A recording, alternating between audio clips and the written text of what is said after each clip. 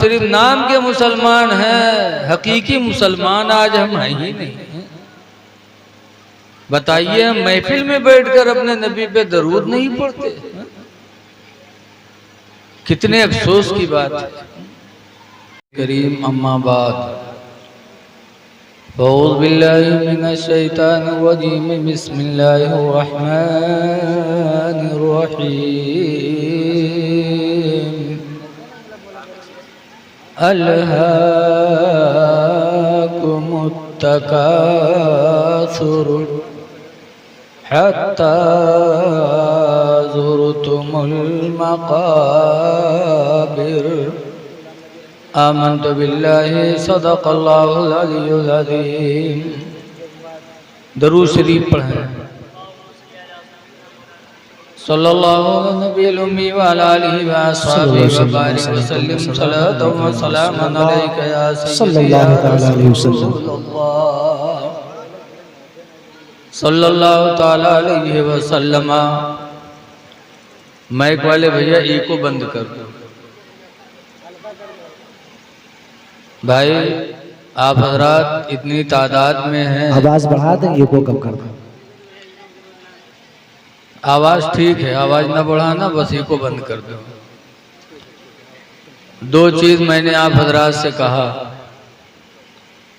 एक तो मैंने सलाम किया, आप लोगों ने जवाब नहीं दिया, कुछ लोगों ने दिया। दरूद शरीफ पढ़ने के लिए कहा, तब भी कुछ लोगों ने पढ़ा, अक्सर लोग खामोश रहे। आप अपने नबी की मिलाद में आने के बाद अगर आपने अपने पैगंबर पर दरूद न पढ़ा तो आप कब पढ़ेंगे? बहुत खूब। और कोई मौका आएगा? हम ही आपसे अल्लाह ताला ने कुरान में फरमाया है, या अय्युहल्लज़ीना आमनू, ऐ ईमान वालो, सल्लु अलैहि, तुम नबी पर दरूद पढ़ो। ईमान वालों से अल्लाह ने कहा है दरूद पढ़ो। आप सब ईमान वाले हैं, एक अल्लाह के नेक बंदे के आस्ताने पे आए हैं, यकीनन आप ईमान वाले हैं। और ईमान वालों ही से दरूद के लिए कुरान में कहा गया, और आप दरूद यहाँ नहीं पढ़ रहे हैं। अब्बे जय हो रजाई में यहाँ दरूद पढ़ी हो, बताओ कहाँ पढ़ोगे? घर में जाओगे, बिस्तरे के अंदर पढ़ोगे? बड़े अफसोस की बात है, मुसलमान कहाँ जा रहा है, कितना हम दीन से दूर होते जा रहे हैं। मेरे पैगंबर ने इसीलिए फरमाया था, याते अलन्नास ज़मानुन, लोगों पर एक जमाना ऐसा आएगा, ला यबक़ल इस्लाम, कि उस जमाने में इस्लाम बाकी नहीं रहेगा, इल्ला इस्मुहु, मगर उसका नाम, सिर्फ इस्लाम का नाम बाकी रहेगा, इस्लाम बाकी नहीं रहेगा। आज हम सिर्फ नाम के मुसलमान हैं, हकीकी मुसलमान आज हम हैं ही नहीं। बताइए, हम महफिल में बैठकर अपने नबी पे दरूद नहीं पढ़ते, कितने अफसोस की बात है। ऐसे आगे आया, वसल्लिमू तस्लीमा, और ईमान वालों नबी पर खूब खूब सलाम भेजो, दरूद पढ़ो और खूब खूब सलाम भेजो। हम लोग सलाम पढ़े खातिर मार के लिए थे कि वो नहीं पढ़ा था तो उसका लठियाओ। लाठी वाठी चलाने की कोई बात नहीं है। कुरान ने फैसला कर दिया, ईमान वालों से कहा गया है कि ईमान वालों तुम नबी पर दरूद पढ़ो और खूब खूब सलाम भेजो। तो जो ईमान वाला होगा वो दरूद भी पढ़ेगा, वो अपने नबी पर सलाम भी भेजेगा। और जो नहीं पढ़ रहा है समझ जाओ है ही नहीं, तो हम उससे लाठी क्यों चलाएं, मार क्यों करें? ऐ लोगों, अपने नबी पर दरूद पढ़ो। दरूद की कितनी फजीलतें हैं आप सुना करते हो, वक्त नहीं है कि बताया जाए।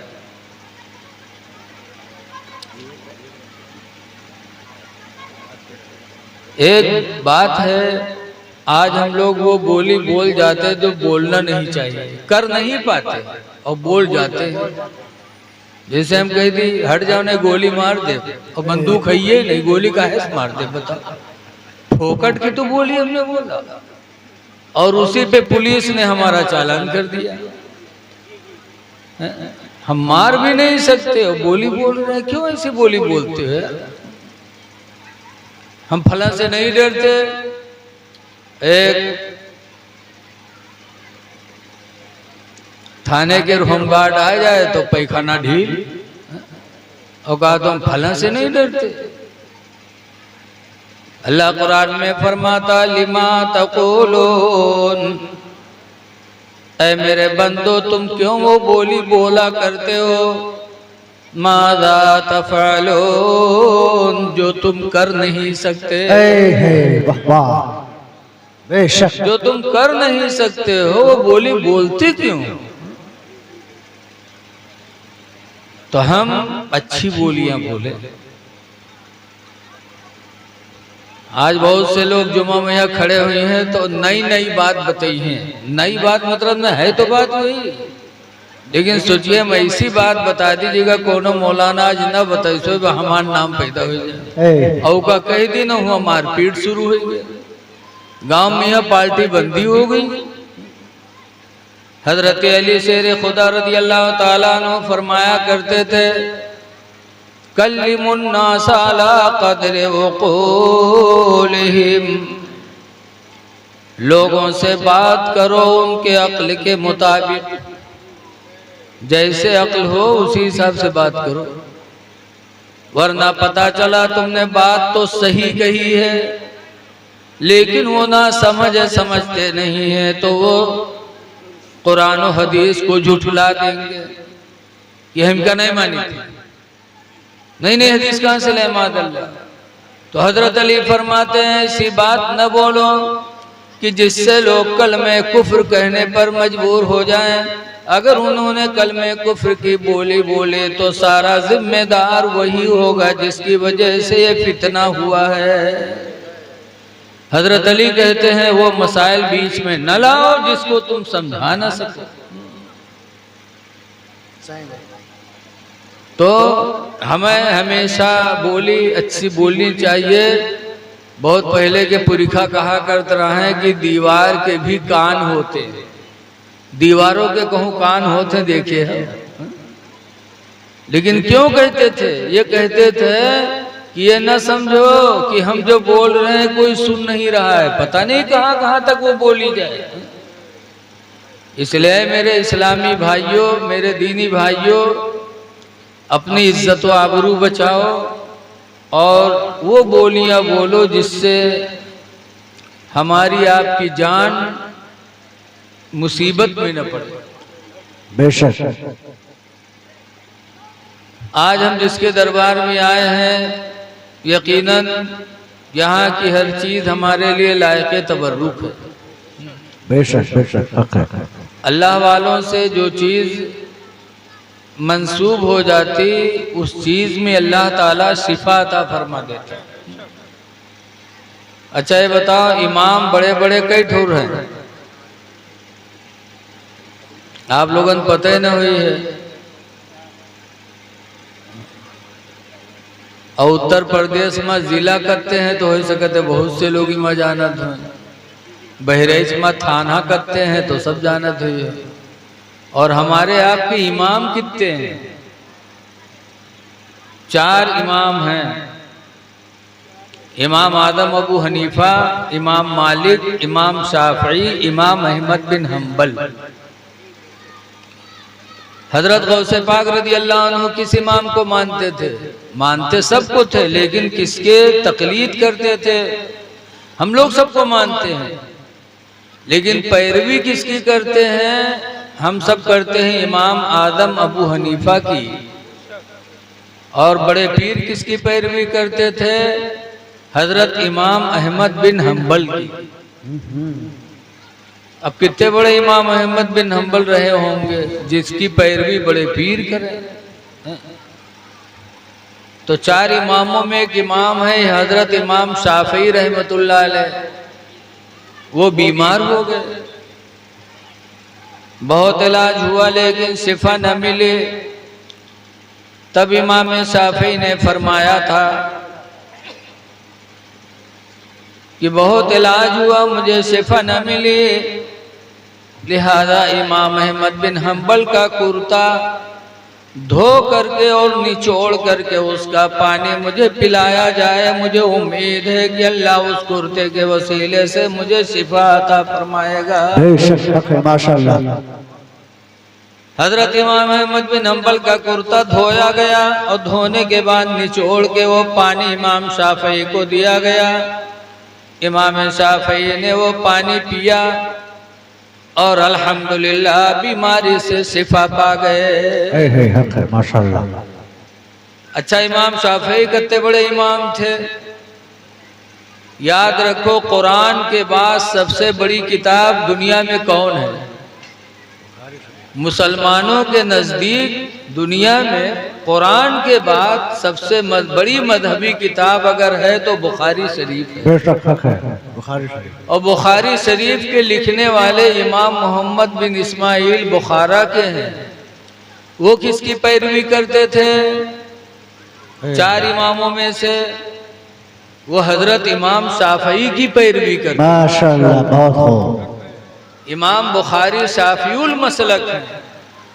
अब बताओ, जिस इमाम की पैरवी इमाम बुखारी करें वो इमाम कितने बड़े रहे होंगे। लेकिन जब बीमार हुए तो उन्होंने कहा इमाम अहमद बिन हम्बल का कुर्ता मुझे धो के पिला दो, अल्लाह मुझे शिफा देगा। और पिलाया गया। अभी वहाबियन का कोई समझाए वाला नहीं है कि बुखारी तुम भी पढ़ते हो। और बुखारी के मानने वाले, बुखारी वाले मानते किसको थे? इमाम शाफी को। और इमाम शाफी का अकीदा कैसा था? आज ही लोग कहा था बैलवे की वो काहे दरबार में जात हो, वहां कुछ मिल जाए तुमका। कोई नबी हो वली उनसे कुछ नहीं मिल सकता, कहते माअल्लाह। और इमाम शाफी को शिफा मिली तो इमाम अहमद बिन हम्बल के कुर्ते थे पी करके।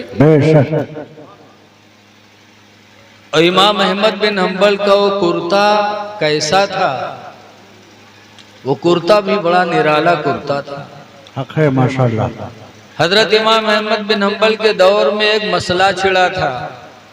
हर जमाने में कोई ना कोई मसला छिड़ता है। कहीं तलाक का मसला छिड़ता, किसी जमाने में हिजाब का मसला उठता, किसी जमाने में नसबंदी का मसला उठता है कि नहीं उठता है? मसाइल उठते रहते हैं। इमाम अहमद बिन हम्बल के ज़माने में कुरान का मसला उठा कि कुरान मखलूक है कि नहीं। हम सब मखलूक हैं, पेड़ मखलूक, आसमान ज़मीन मखलूक। और मखलूक उसे कहते हैं जो पहले न रहा हो, बाद में हो और एक दिन फना हो जाएगा। आसमान ज़मीन पहले नहीं थे, अल्लाह ताला ने 6 दिन में फरमाया, पैदा फरमाया। हम सब नहीं थे, पैदा हुए, बाद में मर जाएंगे, ख़त्म हो जाएंगे। तो मखलूक उसे कहते हैं जो पहले से न हो, बाद में हो, फिर फना हो जाए। कुरान मखलूक है कि नहीं? तो इमाम अहमद बिन हम्बल ने कहा था कि कुरान अल्लाह का कलाम है, ना अल्लाह फना होगा ना अल्लाह का कलाम फना होगा। बेशक हक है। उन्होंने कहा मखलूक नहीं है। और उस वक्त हुकूमत जिसकी थी, उस वक्त का बादशाह यही कहता था नहीं, कुरान मखलूक है। और इमाम अहमद बिन हम्बल कहते थे कुरान मखलूक नहीं है।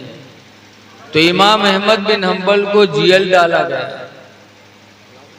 जेल में जब इमाम अहमद बिन हम्बल गए, दरवाजे से दाखिल होने लगे तो उसी दिन एक चोर जंगल से निकल जेल से रिहा हो रहा था।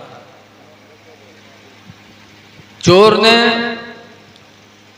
इमाम अहमद बिन हम्बल को देखा तो ताज्जुब में, अरे जेल तो हम चोरों की जगह है और इतने बड़े इमाम जिसकी पैरवी बड़े पीर करते हैं वो इमाम जेल में। चोर ने कहा आप कैसे आ गए, ये तो चोरों की जगह है। तो इमाम अहमद बिन हम्बल ने कहा था कुरान की मोहब्बत में जा रहा हूं। तब चोर ने कहा था इमाम अहमद बिन हम्बल मेरी एक नसीहत सुन लो। कहा बोलो। चोर नसीहत दे रहा था। इमाम अहमद बिन हम्बल ने कहा बोलो। तो चोर ने कहा था सुनो, मैं चोरी करके आया था लेकिन मैंने बताया था मैं चोर नहीं हूं। चोर था लेकिन मैंने कहा मैं चोर नहीं हूं। कोड़े पड़े मेरे बदन पे, मैं मारा गया लेकिन मैंने बयान नहीं बदला। यही कहता रहा मैं चोर नहीं हूं, मैं चोर नहीं हूं, तो बयान नहीं बदला तो आज मुझे रिहाई मिल गई। और इमाम अहमद बिन हम्बल आप तो हक पर आए, आप जो कह रहे हो हक है, लिहाजा है इमाम अहमद बिन हम्बल जेल में आ रहे हो, कोड़े पड़ेंगे, सजाएं होंगी, लेकिन मेरी नसीहत याद रखना, बयान न बदलना, तुमको भी इससे रिहाई मिलेगी। हम तो झूठ बोली बोल करके बयान न बदले तो रिहाई मिल गई, आप हक बोली बोल रहे हो, आप कभी बयान न बदलना। इमाम अहमद बिन हम्बल ने कहा था दुआ करो अल्लाह मुझे इस बात पर साबित रखे। अंदर गए, फिर कहा गया इमाम अहमद बिन हम्बल कहो कि कुरान मखलूक है। उन्होंने कहा ना, कुरान मखलूक नहीं, अल्लाह का कलाम है, ना अल्लाह फना होगा ना कुरान फना होगा। कौन कुरान? ये कागज नहीं, ये दफ्ती नहीं, ये तो कलाम लफ्जी है, ये तो फना होगा, लेकिन जो अल्लाह का कलाम है वो कभी फना नहीं होगा। बेशक। तो इमाम अहमद बिन हम्बल को टांगा गया, दोनों हाथ बांध के जेल में इमाम अहमद बिन हम्बल को टांगा गया। फिर जल्लाद को हुक्म हुआ कि इसको इतने कोड़े मारो कि मर जाए। तब इमाम अहमद बिन हम्बल के बदन पे जेलर जल्लाद ने कोड़े मारे। पहला कोड़ा पड़ा तो कहा बिस्मिल्लाहिर्रहमानिर्रहीम। दूसरा कोड़ा जब पड़ा तो इमाम अहमद बिन हम्बल कहते अल्हम्दुलिल्लाह रब्बिल आलमीन, माशाअल्लाह। और तीसरा कोड़ा पड़ा तो कहते या अल्लाह कुरान की मोहब्बत में मारा जा रहा हूँ, इलाही तो मुझे सब्र अता फरमा। आमीन सुम्मा आमीन। फिर कोड़े पड़ते रहे, यहाँ तक कि हजरत इमाम अहमद बिन हम्बल की लुंगी खुलने लगी। लुंगी खुल जाती, इमाम अहमद बिन हम्बल का सत्र खुल जाता, बेइज्जती होती। हाथ तो दोनों बंधे थे, लुंगी रोके कौन? लेकिन अल्लाह ताला अपने बंदों की पर्दे, अपने बंदों की इज्जत की हिफाजत हर वक्त पे करता है। बेशक बेशक। हाथ बंधे थे, लेकिन जब इमाम अहमद बिन हम्बल की लुंगी खिसकने लगी तो गैबी दो हाथ नमूदार हुए, और गैब से दो हाथ नमूदार होकर के इमाम अहमद बिन हम्बल की लुंगी को वही रोक दिया।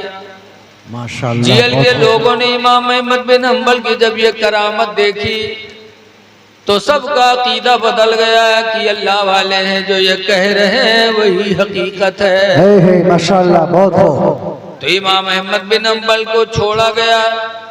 जेल वालों ने माफी मांगा, वक्त के बादशाह ने माफी मांगा, और सबका अकीदा हो गया कि कुरान अल्लाह का मखलूक नहीं है। माशाअल्लाह, बहुत हो। बल्कि ना अल्लाह फना होगा ना कुरान फना होगा। बेशक बेशक। तो वो कुर्ता, जिस कुर्ते पे कोड़े पड़े थे, वो कुर्ता इतना बाबरकत हो गया कि इमाम शाफई का अकीदा बन गया कि जिस कुर्ते पे कोड़े पड़े हों कुरान की मोहब्बत में, उस कुर्ते में अल्लाह शिफा जरूर अता फरमाए। है माशाल्लाह तो फिर वो कुर्ता धुलवा के पिया। हक है। मुसलमानों, इससे अकीदा रखो कि अल्लाह वालों से जो चीज लग जाती है वो शिफा का वसीला बन सकती, तो अल्लाह वाले तो बदरजे औला शिफा का वसीला बनेंगे। बेशक बेशक। एक मिसाल और सुन लो अब कुरान से।